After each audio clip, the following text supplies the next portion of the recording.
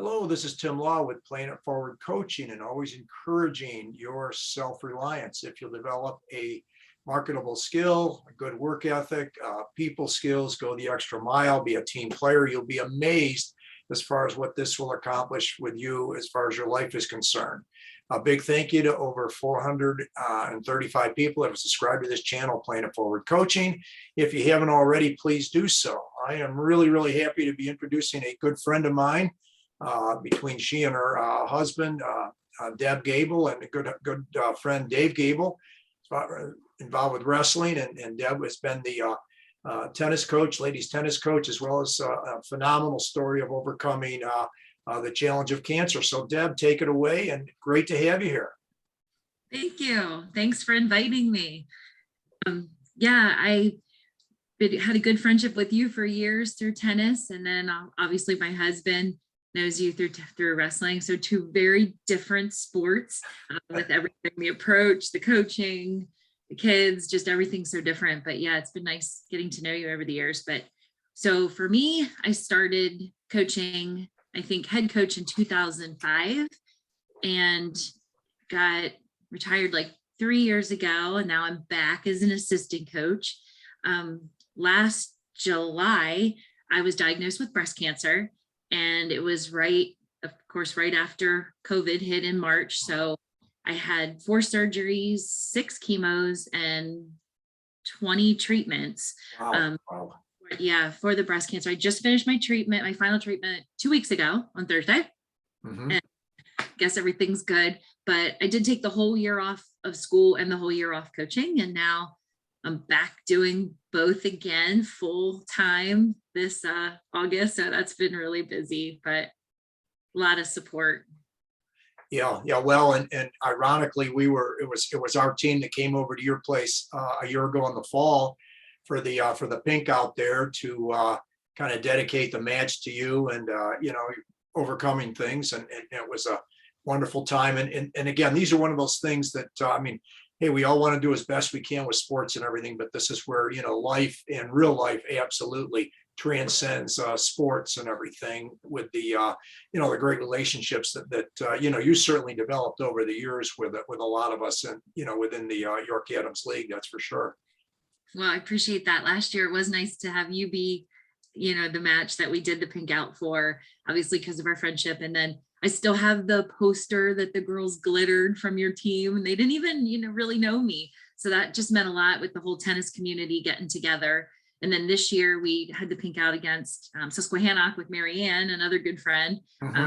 Just the same thing, the girls got pink shirts. And so, yeah, just the whole tennis community. And as you know, I coach Special Olympics as well. And the Special Olympics tennis team just reached out, and we just, in school last week, we were supposed to pick 5 things that were really important to us. And it was always important to me, but the tennis support that I got last year when I was, really struggling was just amazing. And all that started because my parents got me a couple lessons at Winfield Club back in the 80s, and ever since then, my tennis world with Special Olympics and coaching with you guys, just took over.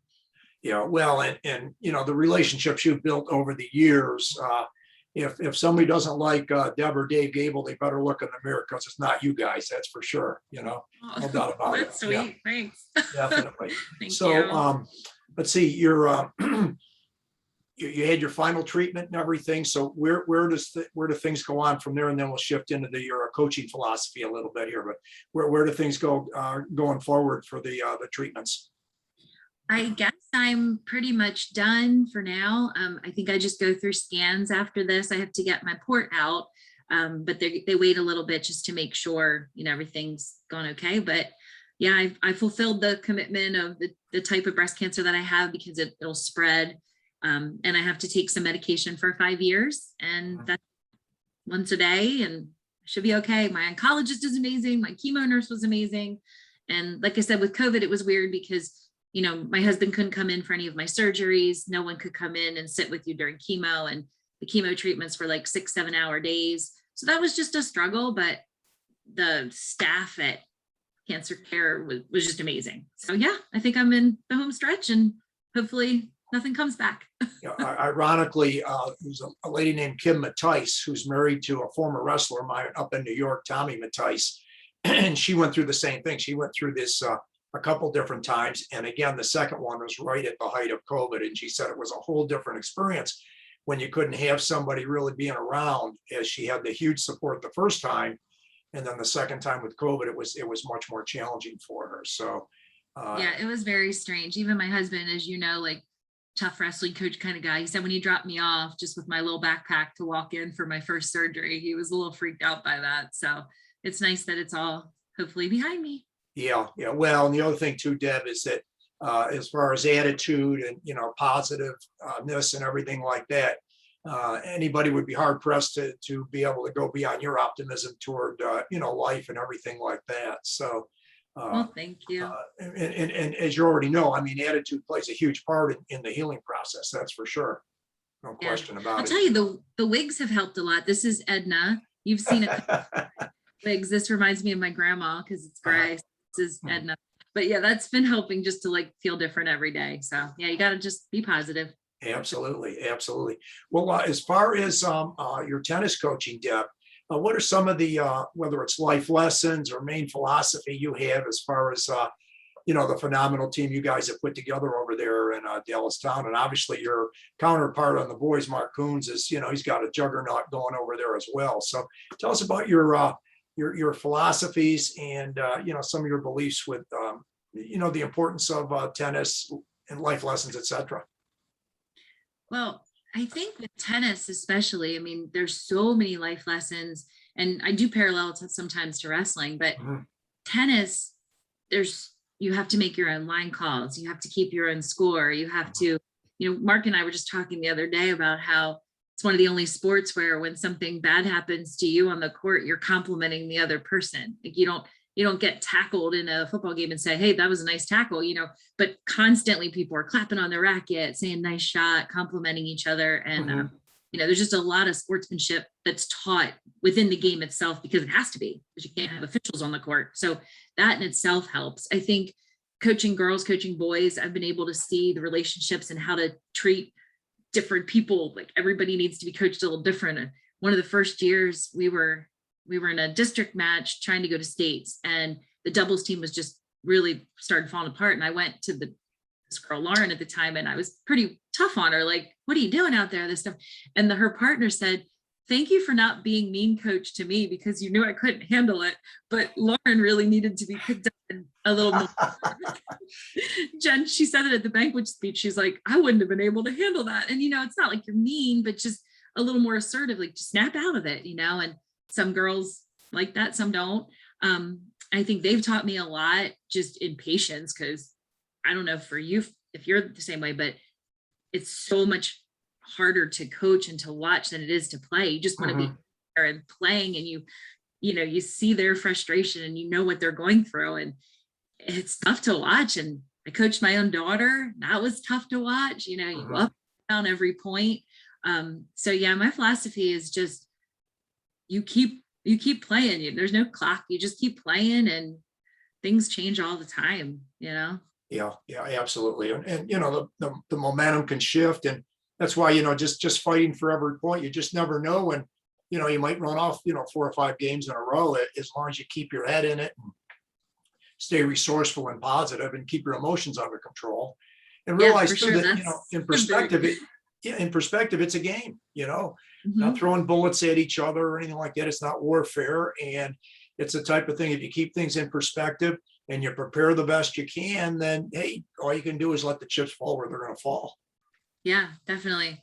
I remember one time we were at Southwestern in the county tournament, and Emily Westenberger, so the Westenberger name. Sure. Emily was playing, and she had won the first set, and then she was down 5-1 in the second set. And I was sitting beside another player, Emily Kistler, I think was number 2 at the time. And I said, you know what I would do right now? If I was her, I would just drop this game and start over in the third set. It's 5-1 deficit. Next thing you know, Emily comes back and wins all the games to win 7-5. And I looked at Emily, I'm like, that was terrible coaching on my part. It's a good thing I didn't tell her that. My mindset, I'm like, I got to start over. I can't have that big hole in front of me. But people just play differently, and every point's its own point, and nothing is interlocked, you just Right. keep starting over again every point. But Sure.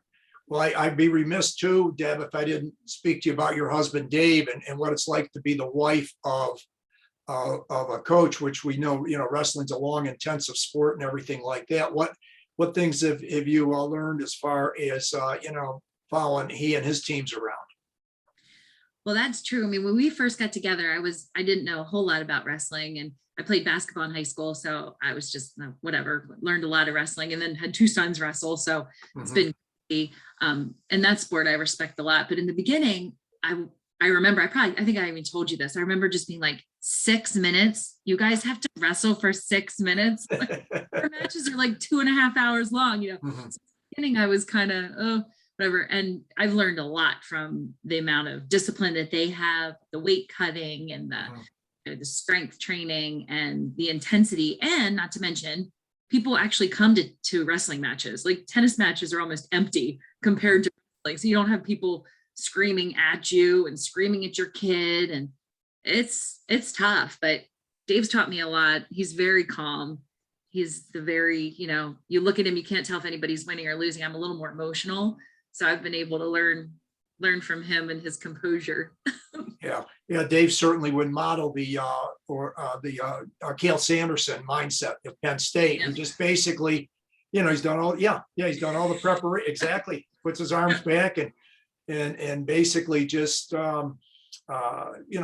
done all that preparation, and it's going to go the way it's going to go. Yeah. But Dave is very cool and calm as far as his wrestling is concerned. Okay. Now, how about coaching your own kids, or seeing Dave coach, your sons as far as wrestling are concerned?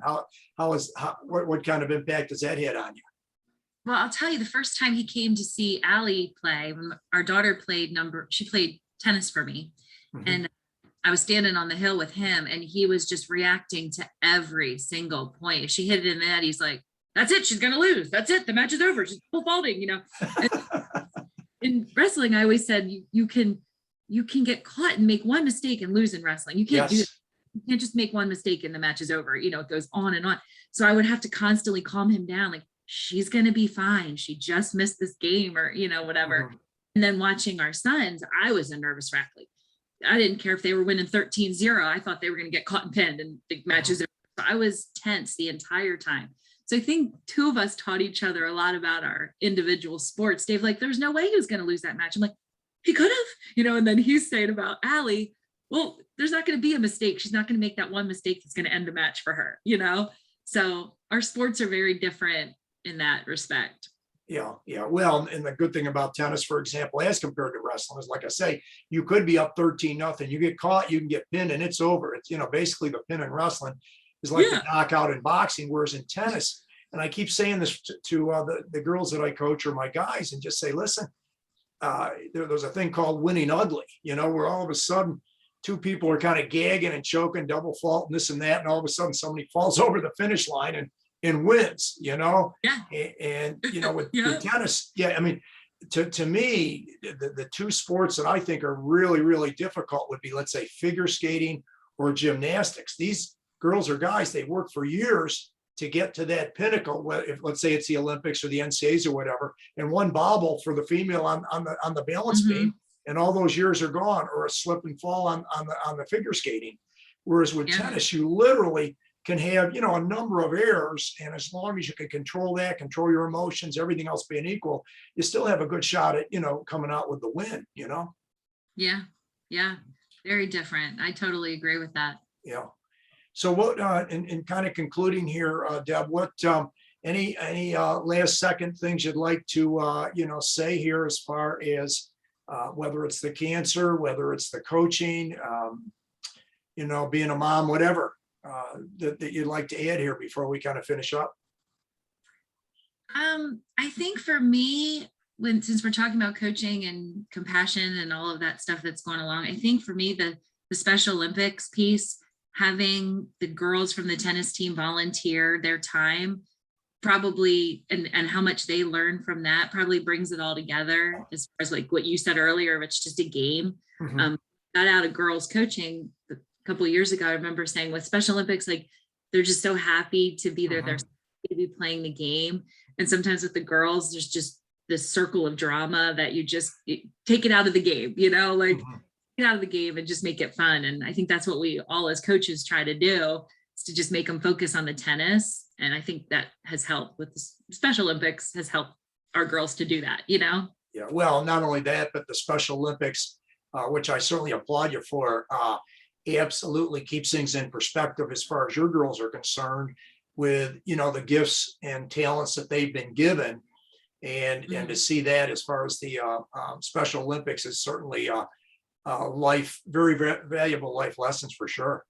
Yeah, it's been nice. But yeah, it's definitely, tennis has given me a ton. So I appreciate you're asking me to talk, because from high school to college to coaching to Special Olympics to my own kids playing, it's just been such a big part of my life. And thank you. And Bill Myers, who I know was in one of your interviews, he donates all the court time to Special Olympics, which is huge too. And that's another tennis community thing that just keeps giving. Hey, when you say play it forward, that's what he does. I appreciate that. Yeah, Phil is very generous that way for sure. And I know he knows the value as far as the Special Olympics are concerned. So yeah, good community.